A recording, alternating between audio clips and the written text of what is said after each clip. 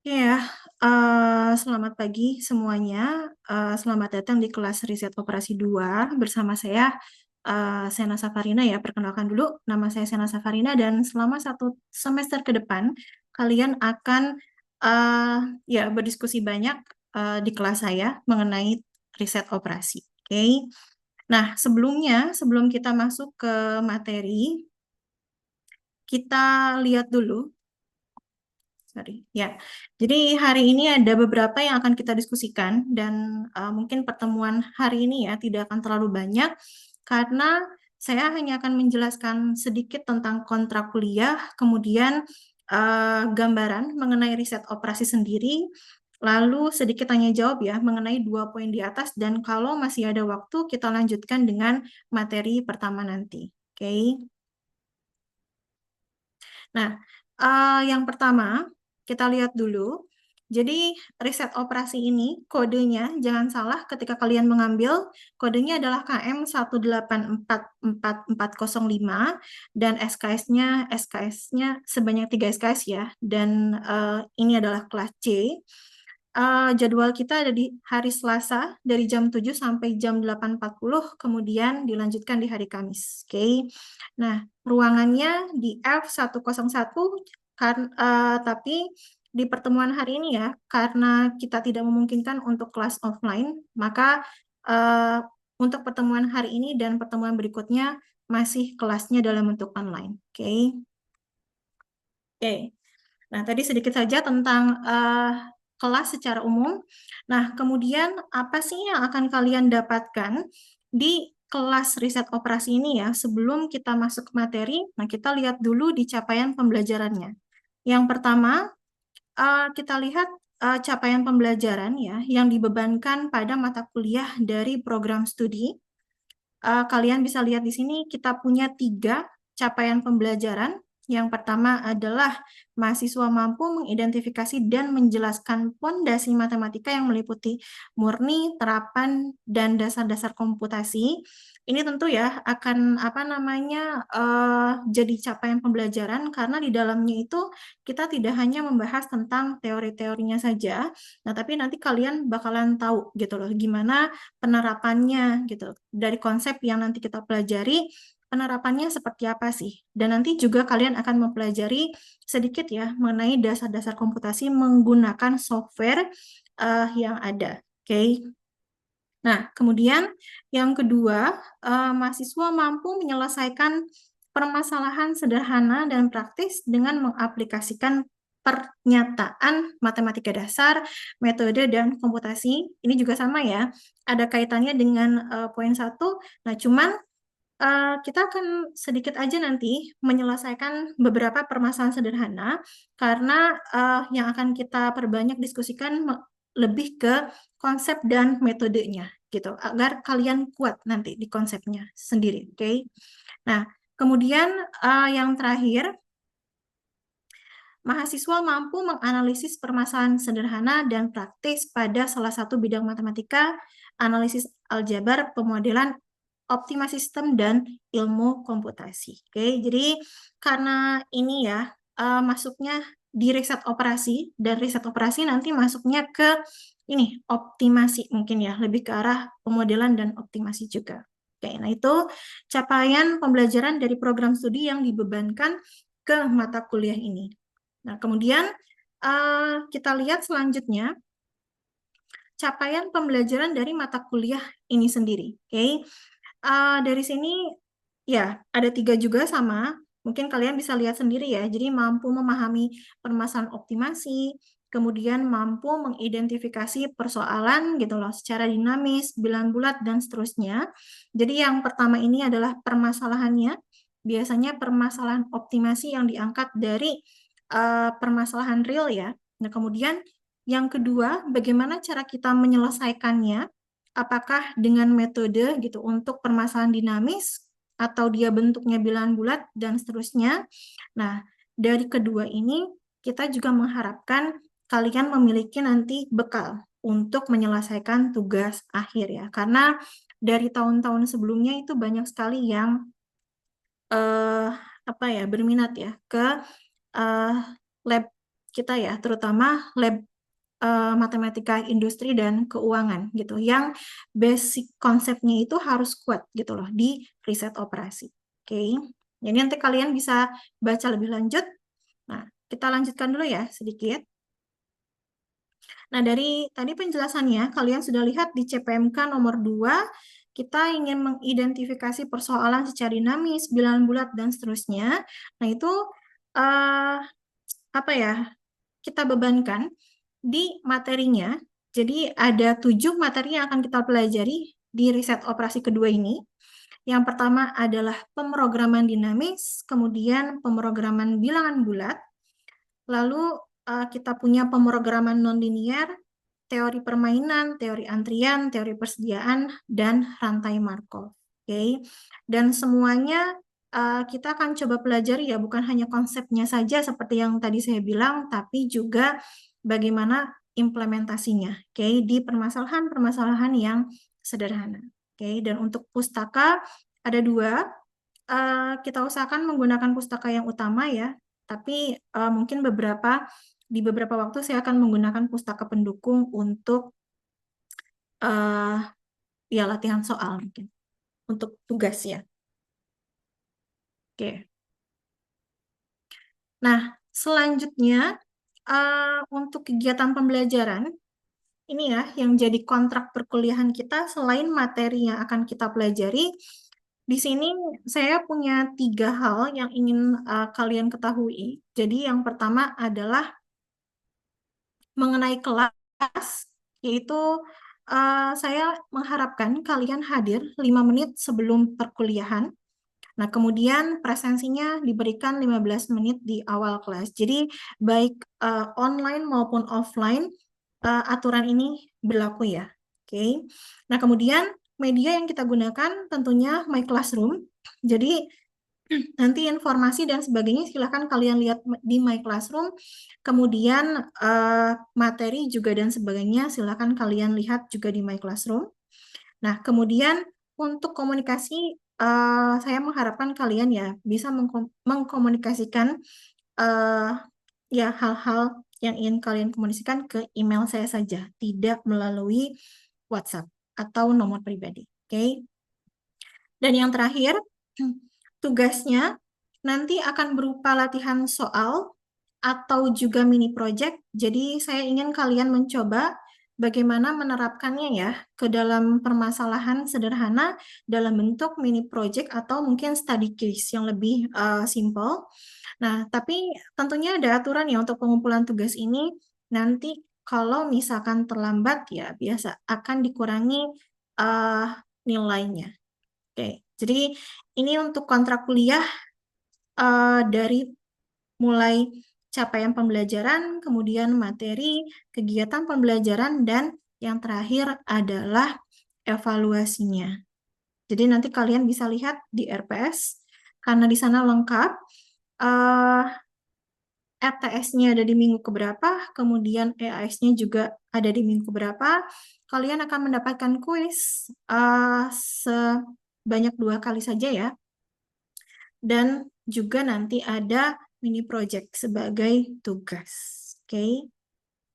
Dan perlu diingat untuk penilaiannya itu seperti ini. Jadi tugas, keaktifan, dan kehadiran ada di 20%, kemudian kuis 1 dan kuis 2 sama porsinya, dan yang terakhir ETS dan EAS masing-masing 25%. Oke. Kira-kira untuk bagian pertama ini mengenai kontrak perkuliahan, ada yang mau ditanyakan dulu kah? Ya, bagaimana Tri, Darin? Permisi Bu, sebelumnya apakah suara saya terdengar? Ya, terdengar. Baik, di sini saya ingin bertanya mengenai penilaiannya. Apakah ketika ada nilai mahasiswa yang dia di bawah standar, apakah akan diadakan perbaikan atau ya udah nilainya segitu aja gitu? Terima kasih Bu. Oke, terima kasih ya pertanyaannya. Jadi untuk nilai yang di bawah standar, biasanya saya tidak melakukan remedi gitu, tapi nanti nilainya akan saya lihat dari keaktifan gitu. Walaupun di sini memang tugas keaktifan dan kehadiran masuk ya ke dalam 20%, tapi ya saya akan apa namanya pertimbangkan mengenai keaktifan di kelas. Walaupun itu belum tentu, belum tentu kayak ketika kalian aktif gitu, tapi kuis 1, kuis 2 dan ETS-nya jelek, itu akan membantu. Oke, jadi tetap dilihat secara keseluruhan. Oke, terima kasih. Ya, silakan Mika. Eh, Perkenalkan, nama saya Mika Daniel. Izin bertanya, Bu, untuk mini project, apakah dalam keadaan berkelompok atau sendiri? Terus apakah waktunya akan cukup untuk mengerjakan projectnya? Apakah akan pakai software? Terima kasih. Oke, terima kasih ya, Mika. Jadi untuk mini project-nya tentu berkelompok ya. Nanti akan saya bagikan kelompoknya di pertemuan selanjutnya. Jadi mini project-nya kita akan buat waktunya apa ya, sesingkat mungkin karena ini adalah bagian dari tugas ya. Jadi saya tidak akan membuat yang complicated dan nanti saya akan membebaskan kalian untuk menggunakan tool. Salah satunya adalah menggunakan MATLAB yang nanti akan kita pelajari bersama. Oke, oke, Terima kasih, Bu. oke. Terima kasih Mika. Cukup dari Mika dan tadi Tridarin. Dari yang lain masih ada yang mau ditanyakan? Oke ya. Oke. Kalau cukup, saya lanjutkan berikutnya. Oke, ini ya tadi kesimpulan, bukan kesimpulan, tapi filenya nanti kalian lihat ada di My Classroom. Ini linknya, tapi saya tetap upload ya di My Classroom. Oke, ini hanya untuk mempermudah saja. Oke, nah tadi kita sudah berbicara banyak ya mengenai kontrak kuliah. Nah, sekarang kita lanjutkan sedikit. Gitu. Saya ingin menunjukkan kira-kira apa sih yang akan kalian pelajari selama 1 semester gitu loh, bersama saya di kelas RO2 ini. Oke. Nah, yang pertama, saya tadi menjelaskan ya bahwa di bagian pertama kita akan berbicara atau mendiskusikan mengenai pemrograman dinamis. Oke. Nah, jadi pemrograman dinamis ini dia adalah satu teknik matematika yang digunakan untuk mengoptimalkan proses pengambilan keputusan secara bertahap gitu. Jadi ada beberapa tahap. Nah, di mana suatu persoalan akan dibagi ke beberapa bagian yang selanjutnya tiap tahap akan dipecahkan secara optimal dengan mempertimbangkan kondisi sampai seluruh persoalan terpecahkan. Nah, terus keputusan akhir seluruh persoalan tersebut disebut sebagai, maaf ya typo, kumpulan dari keputusan optimal seluruh tahap yang disebut dengan kebijakan optimal. Nah, jadi proses dinamis ini tuh kalian bisa melihat ya, kita punya 3 tahapan, gitu. Maaf, maksudnya bukan 3 tahapan, tapi 3 istilah yang penting. Yang pertama adalah decision. Nah, tapi sebelum kita memutuskan, kita juga tahu kita harus mempertimbangkan pilihan yang kita punya, gitu loh. Nah, tapi sebelum kita mempertimbangkan pilihan yang kita punya, nah baiknya kita memecah dulu nih permasalahan-permasalahannya agar bisa kalian apa istilahnya dengan mudah nanti milihnya bagaimana gitu. Jadi kayak misalkan nih, kamu pengen makan buah gitu. Nah, terus ketika kamu ingin memakan buah, ya, aduh saya mau makan buah yang manis atau makan buah yang agak asam ya gitu. Nah, kamu kelompokin. Terus kamu yang suka yang manis itu kamu suka apa, kemudian yang asam kamu suka apa. Nah, terus baru dibandingkan gitu. Baru akhirnya apa kamu mengambil keputusan gitu. Nah, dari pertimbangan tersebut ya, dari ketiga proses ini nanti kita mendapatkan suatu kebijakan yang kita sebut dengan kebijakan optimal. Oke, ini bagian yang pertama. Mudah-mudahan bisa dipahami. Saya lanjutkan dulu. Nah, kemudian yang kedua adalah pemrograman integer. Jadi sebetulnya sama-sama saja ya, sama-sama bagaimana cara kita mengambil keputusan. Nah, tapi di sini keputusan yang harus diambil adalah dalam bentuk bilangan bulat atau integer, gitu. Jadi misalkan kamu mau membeli apa ya, misalnya yang muslim ya, nih kita mau beli mukena gitu loh.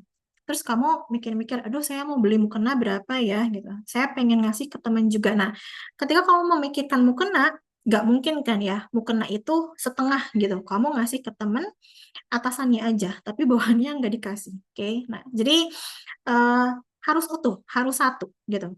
1, 2, dan seterusnya. Nah, itu yang kita sebut dengan pemrograman integer. Oke. Nah, selanjutnya ada pemrograman non-linear. Jadi, pemrograman non-linear ini, kalau tadi sebelumnya kita tahu, oh hasilnya harus dalam bentuk integer. Nah, tapi kalau non-linear ini tuh lebih ke fungsinya nanti yang akan kita selesaikan apa sih? Nah, karena namanya pemrograman non-linear, fungsinya berarti dalam bentuk fungsi yang tidak linear.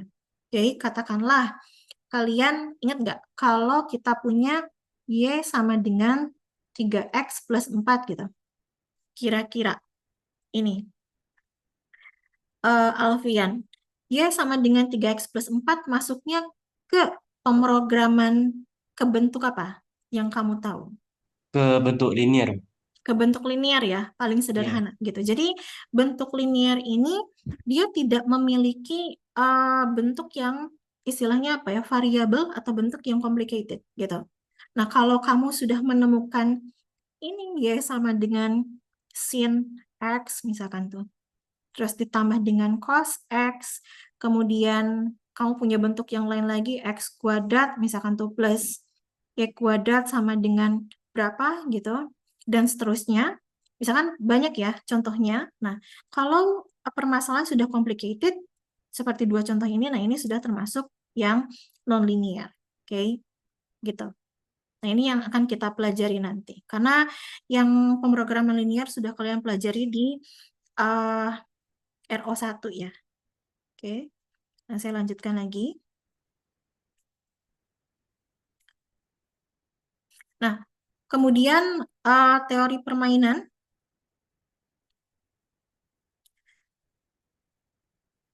Lagi-lagi kita bicara tentang keputusan, bagaimana cara kita menentukan atau mengambil keputusan. Nah, tapi di teori permainan ini kita merumuskan ya situasi gitu, seperti yang dituliskan sini.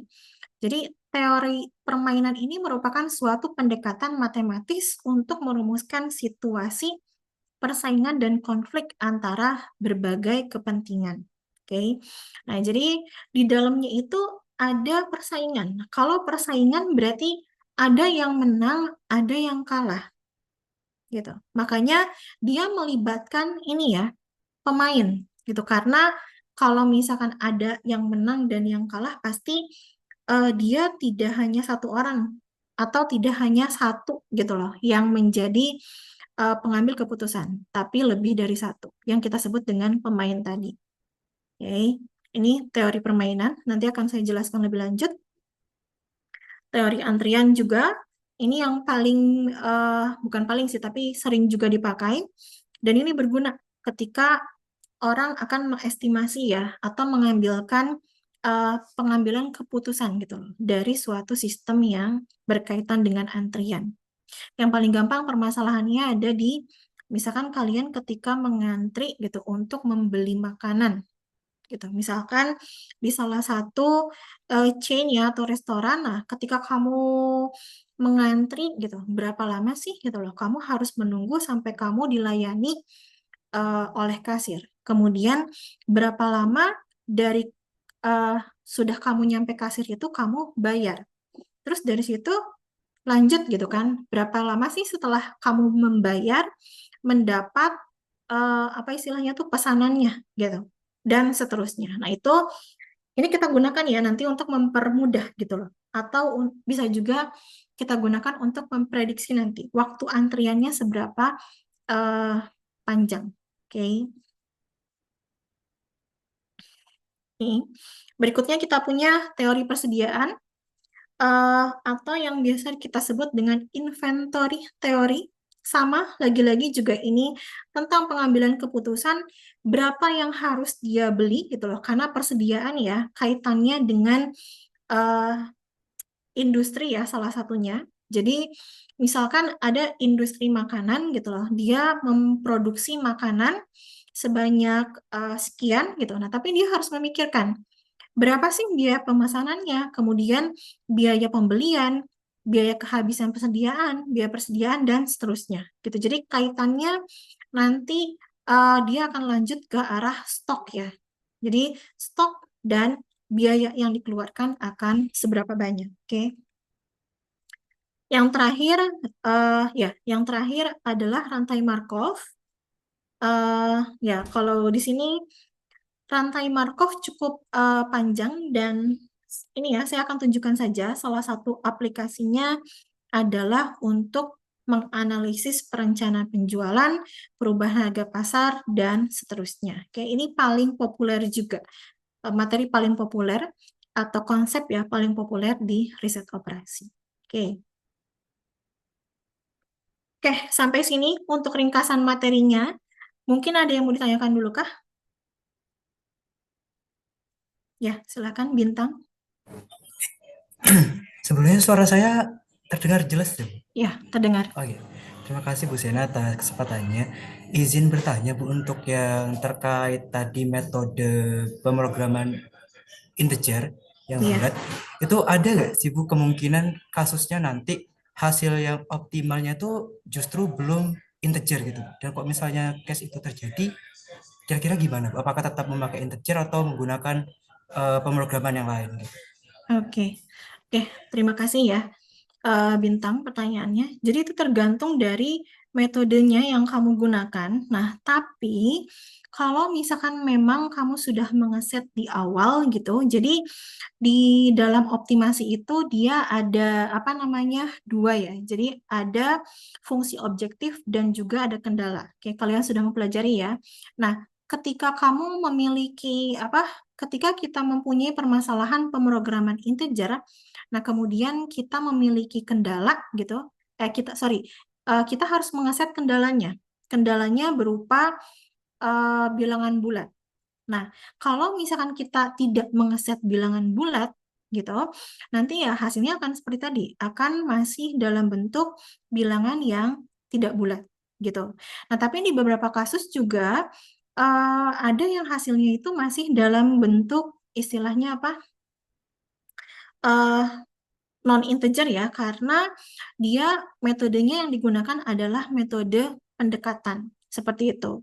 Dan kalau misalkan sudah apa hasilnya masih dalam bentuk non-integer ya berarti hasilnya belum optimal gitu. Atau kita bisa mengatakan bahwa yaitu belum merupakan solusi dari permasalahan integer yang kita miliki. Seperti itu. Bintang. Oke ya. Oke, nah mungkin karena waktu kita terbatas, jadi saya cukupkan saja di sini. Nah, untuk pertemuan berikutnya, kita akan mendiskusikan permasalahan mengenai ini ya, kenapa riset operasi penting itu lebih dalam.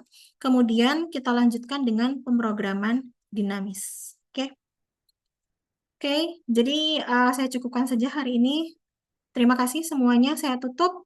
Assalamualaikum warahmatullahi wabarakatuh. Waalaikumsalam. Waalaikumsalam warahmatullahi wabarakatuh. Terima kasih, Bu. Terima kasih, Bu.